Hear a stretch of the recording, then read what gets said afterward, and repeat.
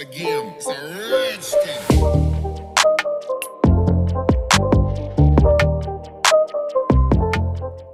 Hello students, आप सभी का स्वागत है इस वीडियो में। आज हम इस वीडियो में अपना पाठ जब मुझको सांप ने काटा पढ़ेंगे। जब मुझको सांप ने काटा, किसने किसको काटा, आइए देखते हैं इस कहानी में क्या होता है सांप के साथ और सांप ने किसको काटा है। शुरू करते हैं अपना पाठ। एक दिन मैंने अपने अहाते में एक छोटा सा सांप रेंगते देखा। अहाते का मतलब होता है आंगन और रेंगते का मतलब होता है क्रॉल। सांप क्रॉल करके कर चलता है ना, तो इसको बोलते हैं रेंगना। वह धीरे धीरे रेंग रहा था।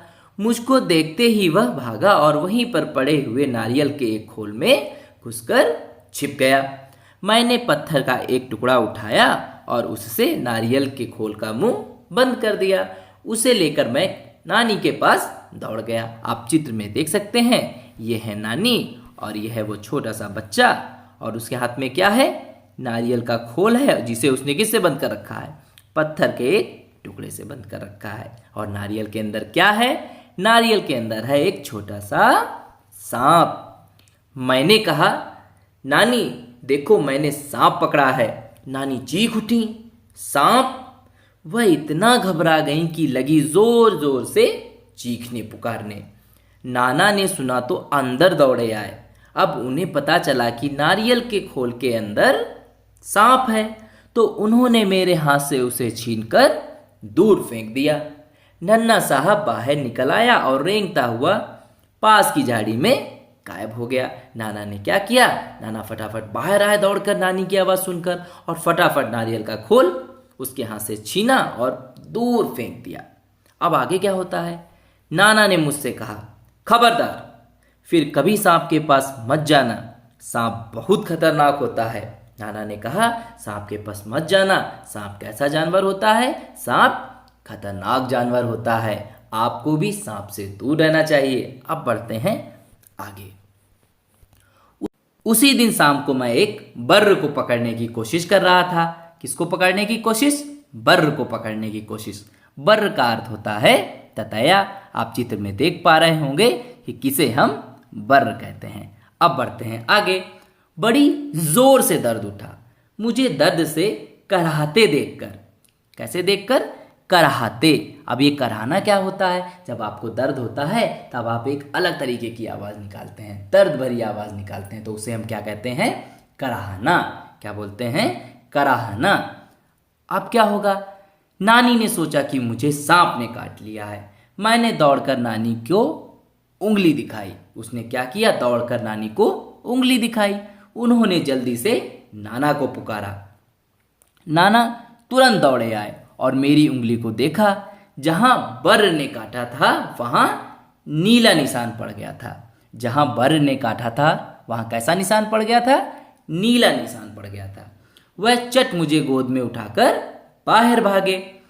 बाग और धान के खेतों को पार करके भागते भागते वह अपने घर से दूर एक छोटी सी झोपड़ी के सामने जाकर रुके।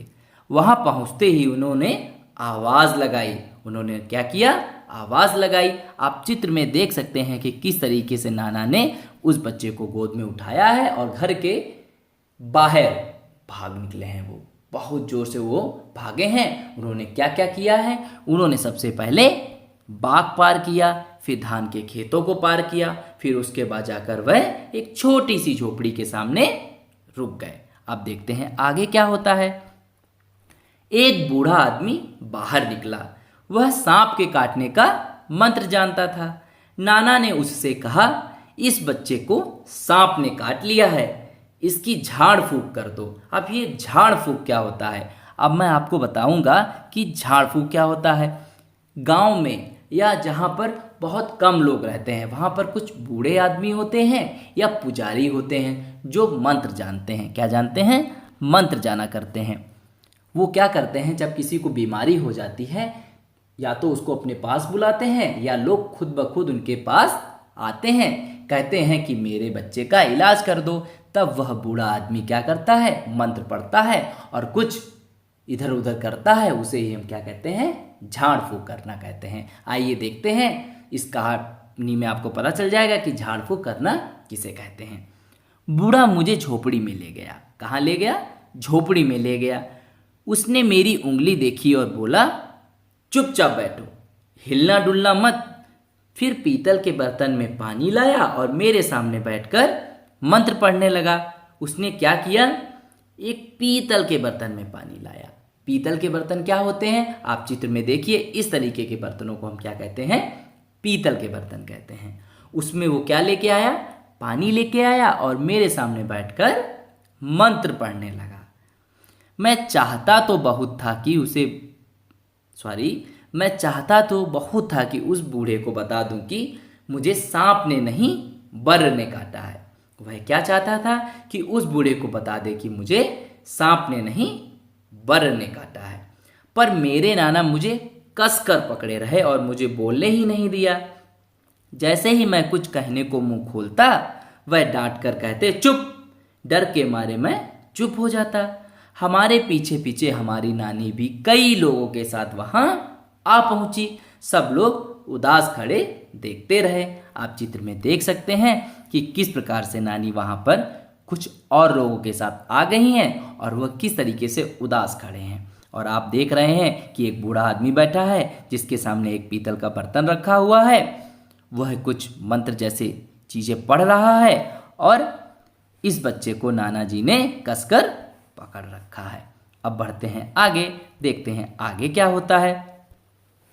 तब तक मेरी उंगली का दर्द जा चुका था, फिर भी मुझे वहां जबरदस्ती बैठकर झाड़ फूक करवानी पड़ रही थी। एक यहां पर शब्द आया है जबरदस्ती। कैसा शब्द आया है? जबरदस्ती।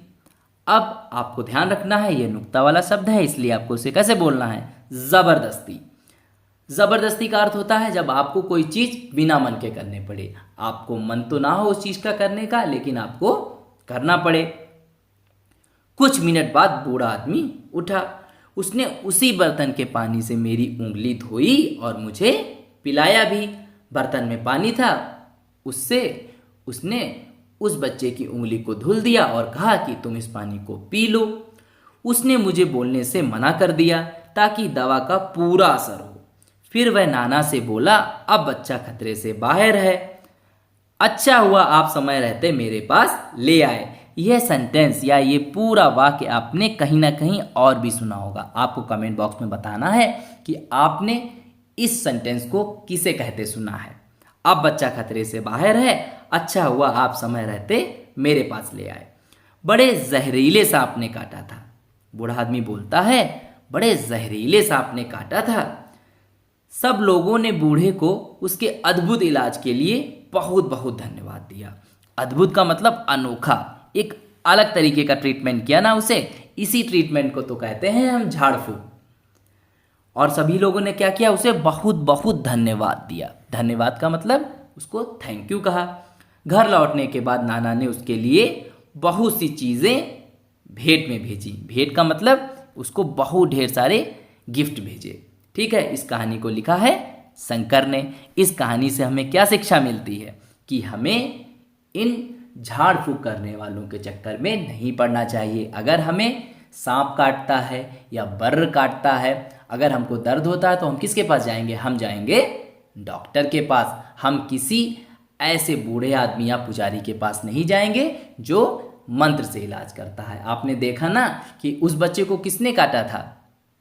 किसने काटा था? उसे बर्र ने काटा था। लेकिन उसने तो सांप का इलाज कर दिया। उसने कह भी दिया कि इस बच्चे को बड़े जहरीले सांप ने काटा था। तो ध्यान रखिएगा, जब कभी भी आपको कोई भी समस्या हो या कोई बीमारी हो, छोटी हो चाहे वो बड़ी बीमारी हो, आप किसके पास जाएंगे? आप जाएंगे डॉक्टर के पास। अगर अभी भी आपके मन में कोई डाउट है इस चैप्टर से रिलेटेड तो आप उसे कमेंट बॉक्स में पूछिए।